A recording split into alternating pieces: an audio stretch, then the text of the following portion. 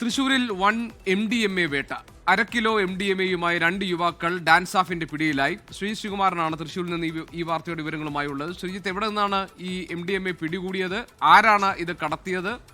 Dance of സംഘത്തിന് ഈ കാര്യങ്ങളിൽ എന്തൊക്കെയാണ് മനസ്സിലാക്കാൻ കഴിഞ്ഞിട്ടുള്ളത്?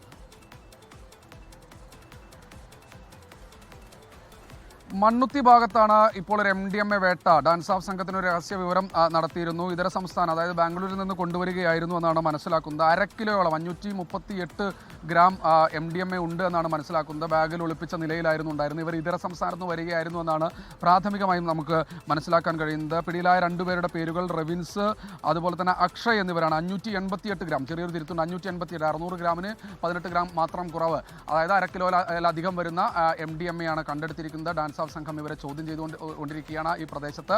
എന്തായാലും അല്പസമയത്തിനകം തന്നെ ഇവരുടെ ദൃശ്യങ്ങൾ നമുക്ക് ലഭ്യമാക്കാനാകുമെന്നാണ് പ്രതീക്ഷിക്കുന്നത്. ഗോപി, ലോകത്തെവിടെയായാലും ഏത് സമയത്തും 24 വാർത്തകളും ഓഗ്മെന്റഡ് റിയാലിറ്റി പാക്കേജുകളും എക്സ്പ്ലെയിനറുകളും വിശദമായി കാണാൻ ഞങ്ങളുടെ യൂട്യൂബ് ചാനൽ നിങ്ങൾക്ക് സബ്സ്ക്രൈബ് ചെയ്യാം.